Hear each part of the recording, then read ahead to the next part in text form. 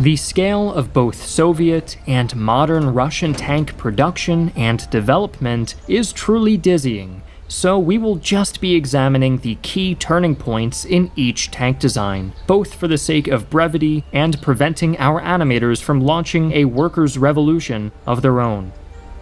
Additionally, we'll be focusing on tanks exclusively and will not be covering small armored vehicles, tank destroyers, or self-propelled guns. With that said, let's begin.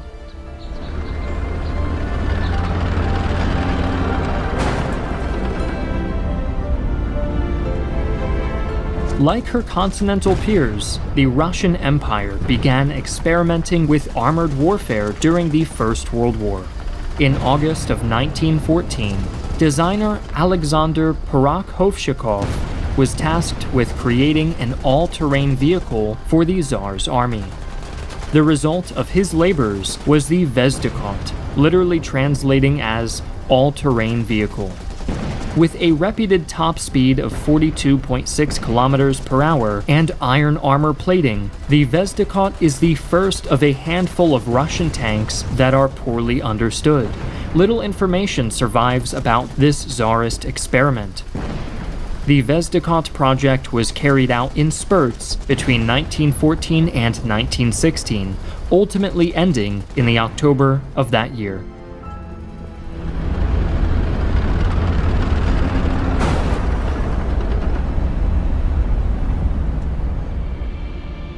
With the fall of the Russian Empire and the rise of the Soviet Union, international trade disputes resulted in American weapons designer Walter J. Christie inking a deal to sell his design for a fast tank to the Red Army.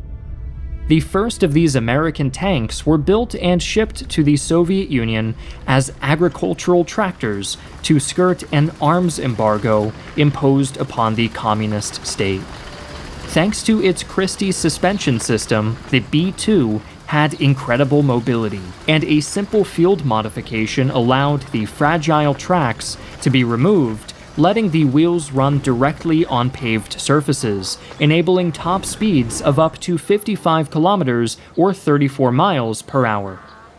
4 years after the B-2's adoption, the Red Army slowly replaced it with the BT-7, which remained in service until the end of the Second World War. The BT-7 could reach a top speed of 86 kilometers or 53 miles per hour on road and 50 kilometers or 31 miles per hour off-road. The BT-20 light tank was introduced in 1938 as a pre-production model for the T-34. 2 main variants were produced, the BT-20 or A-20 and the A-32 or T-32. The A-20 mounted a 45mm main gun and weighed in at 31 tons. The variant also featured sloped armor and a larger, simplified hull to aid in protection and manufacturing, respectively. The A-32 added 2 more wheels on each track and widened the tracks themselves. Full armor was thickened across the board, and the caliber of the main gun was upgraded to a 76.2mm L10. The A-32 was a limited production model, similar to its successor. The A-32 served as the basis for the T-34, laying the foundation for one of the most effective tanks in military history, which made its debut following the outbreak of the Second World War.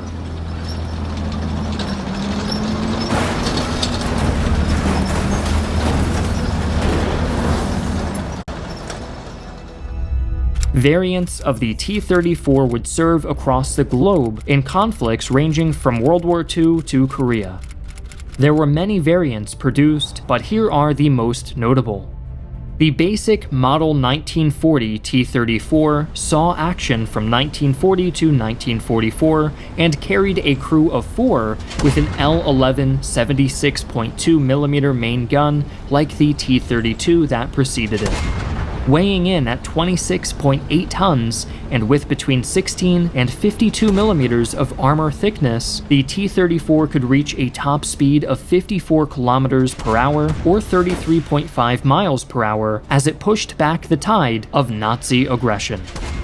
The 1943 T-34, dubbed the T-34-85, saw increases across the board, adding an additional crew member and bringing armor thickness in selective areas up to 80 millimeters. This extra protection led to a sharp increase in weight at 32 tons, but reduced speeds of 38 kilometers or 23 miles per hour. The 1943 model also increased the size of the main gun, bringing the caliber up to 85 millimeters.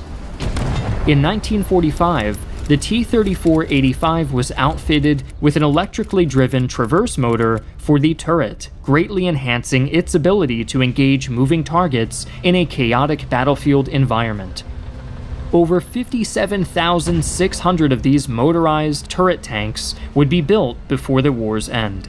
The final T-34 variant added night driving gear and an enlarged fuel tank to bring the war-weary platform into the modern age. The T-44 tank was brought into service beginning in 1944. While originally intended to build on the T-34, the final product ended up being a complete redesign. Weighing in at 31 tons, and with 4 crew members, the tank featured an impressive 120mm maximum armor thickness. A total of 1,823 tanks were built from 1944, but none saw service during the Second World War. 1961 saw the T-44M roll off of the assembly line, the first in a long line of retrofitted tanks with the letter M designated for modernized. The T-44M was refitted with increased ammunition and fuel capacity, as well as night vision and infrared sights, enabling it to fight in any situation. The T-54 succeeded the T-44, going on to become the most widely used tank throughout the Eastern Bloc. Over 35,000 were built, and modernizations and adaptations kept the model in regular use through the 1990s and possibly even into the 2020s. The T-54 shared a similar armor layout as its predecessor, but now utilized a torsion bar suspension system with redesigned treads. An articulated gun sight and anti-aircraft machine gun were additional features added to the base design over time. In 1954, the Red Army used the T-54 platform to test the D-54TS 100mm main gun paired with a Raduga stabilizer. This modernization project, the T-54M, would serve as a blueprint for future T-54 designs as models began integrating separate stabilization systems and also began being identified with alphabetic suffixes. In 1957, the T-54B took the field, armed with a new rifled gun and a second-generation STP stabilizer, while improved survivability was provided by standardized self-sealing fuel tanks. 1959 saw the addition of infrared optics. An infrared searchlight was mounted on the commander's cupola, and the gunner was given an IR sight to allow target acquisition in any level of light. The T-55 tank built on many of the innovations of the T-54, with a new focus on protection and survivability in all manner of combat conditions. The base T-55 was a formidable fighting vehicle, with a plethora of improvements over the T-54, such as an improved engine and a full complement of nuclear, biological, and chemical safeguards inspired by nuclear blast tests performed on the T-54. Over 27,500 units were produced over the course of the model's service life. During the 1970s and 80s, the T-55 underwent a veritable maelstrom of improvements. Under the model names T-55M and T-55AM, the tank was outfitted with increased armor and anti-mine defenses, an upgraded engine, new tracks and suspension, a laser rangefinder fitted onto the main gun, 81mm smoke grenade launchers for concealment, and many other improvements. A notable sub-variant was the T-55 modified for service in Afghanistan, which was given soft side skirts over its tracks and a rear RPG screen to counter the conditions of the Soviets' battle against the Taliban and other militants. The 1990s saw a revolution in tank defense with the introduction of explosive reactive armor, where a layer of explosive material is sandwiched between the sheets of armor plating. When struck by a shell or any projectile, the sandwiched explosive will detonate, ideally destroying the shell before it can penetrate the armor and kill the crew inside. The T-55 received its first outfitting of ERA with the T-55MV and the AMV, which were initially adopted by the Soviet naval infantry before spreading to its newly formed ground forces of the Russian Federation following the Soviet Union's collapse. Introduced in tandem with the T-55 was the 1961's T-62, of which 22,700 were built. Created as an answer to the British Centurion and American Patton tanks, the T-62 had a 115mm smoothbore cannon firing new kinetic energy penetrator rounds. With a 102mm frontal plate angled at a 60-degree angle and a turret up to 214mm thick in some places, the T-62 had excellent armor for its day. It was eventually modernized as the T-62M. Equipped with a Volna rangefinder, improved sights, and a ballistic computer, 10mm of armor was added to the tank's side skirts, and improved NBC protection completed the overhaul. 1963 saw the introduction of the T-64 platform. 12,000 of the base tanks were built, notable for their sharp increase in armor thickness, a maximum of 599mm, and the reduction of crew from the standard 4 to 3.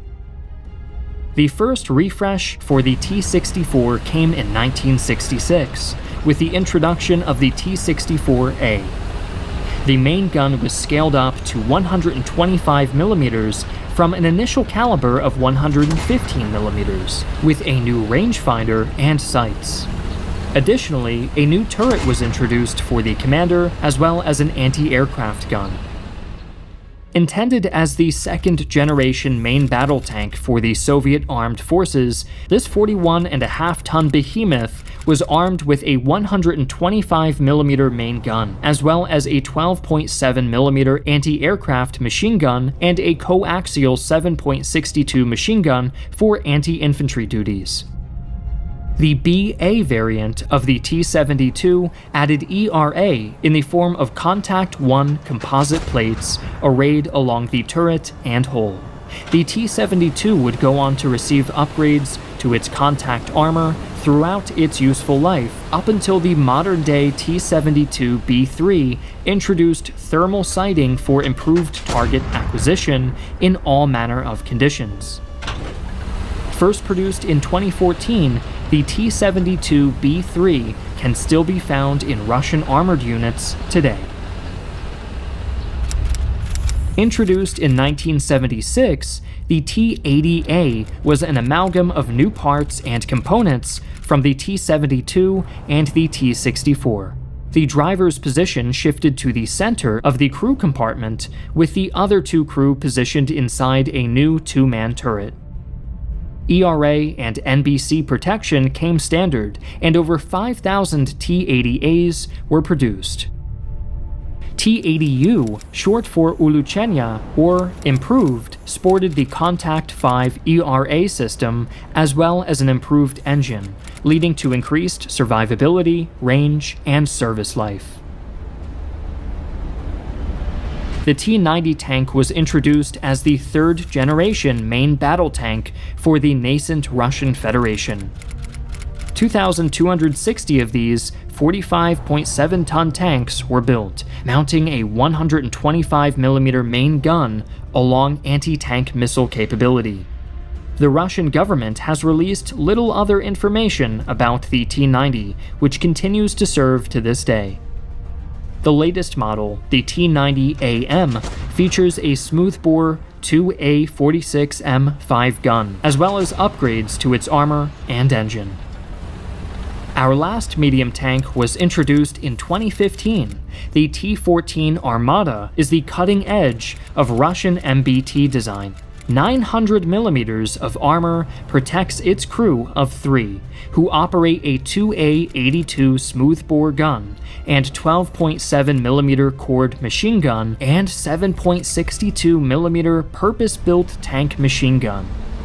The turret is entirely mechanized, which eliminates the positions of the gunner and loader traditionally found in tank crews.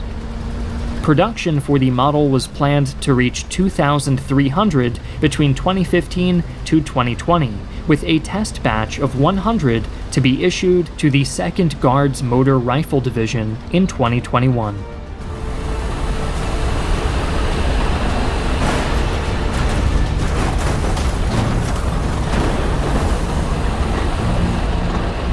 The first of Russia's heavy tank designs, the T-28, featured a crew of 5 and later 6 men operating a 76.2mm howitzer and between 3 to 5 7.62mm machine guns. A rolling gun position, the T-28 was protected by 20 to 30mm of overall armor thickness. 503 units were produced between 1932 and 1941.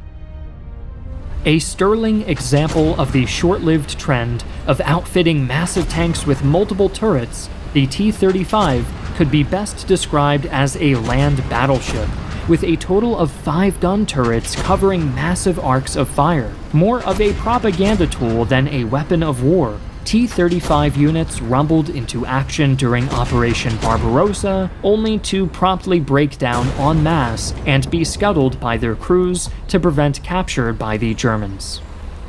The KV heavy tank first debuted in 1939. The base tank had a production run of 100 units, each armed with a 76mm cannon and 5 crew. 25 to 90mm of armor made the tank an extremely tough nut to crack. The second generation KV-1B, introduced in 1940, added an additional machine gun as well as an improved cannon. The 1B was a simplified design, intended for mass production, and 1,200 were built. Now, behold, the Russian Death Fridge. Introduced in 1940, the KV-2 proved more than effective against the Wehrmacht during the defense of the Soviet Union, topping out at 57.5 tons and mounting a 152mm howitzer as its main gun. This 6-man juggernaut helped stop the German invasion cold. First introduced in 1943, the IS series of heavy tanks served as a testbed for the latest in Soviet and later Russian design philosophy, eventually leading to the modern T-10 system. The IS-1 was based on the KV-85 and sought to address the mobility and armament problems the KV line had developed while taking advantage of the armor trade-offs and design choices made in the previous series. At 43 tons and with a crew of 4, the IS-1 mounted an 85mm main gun complemented by 3 7.62 machine guns. 120mm of frontal armor protected the hull and turret. Introduced later in 1943, the IS-2 was designed specifically to counter German heavy tanks, with 3,854 of these purpose-built cat killers rolling off of the assembly line. A 122mm main gun promised to deal heavy damage to Nazi armor, and a Dishka anti-aircraft machine gun warded off any Luftwaffe attackers. Just a year after the introduction of the IS-2 came the IS-3. first unveiled during the Allied Victory Parade in Berlin. The IS-3 had an all-new armor layout and a distinctive pike nose turret that offered excellent protection. Introduced in 1952, the penultimate version of the Soviets' heavy tank platform began its life as the IS-9, later rechristened the IS-10, and then the T-10 in 1953 as part of the de-Stalinization program of Nikita Khrushchev. Over 5,000 of these tanks were built, featuring a 122mm main gun and two 12.7mm machine guns, as well as 250mm of armor at its thickest. The final version of the Soviets' heavy tank program, the T-10M, was completed in 1957. Modernizations included replacing one machine gun with a 14.5mm cannon, as well as integrating night vision optics and NBC protection in the platform. A longer hull and turret accommodated a larger gun with an integral muzzle brake. The net result was a massive vehicle that was ultimately abandoned in favor for other tank designs.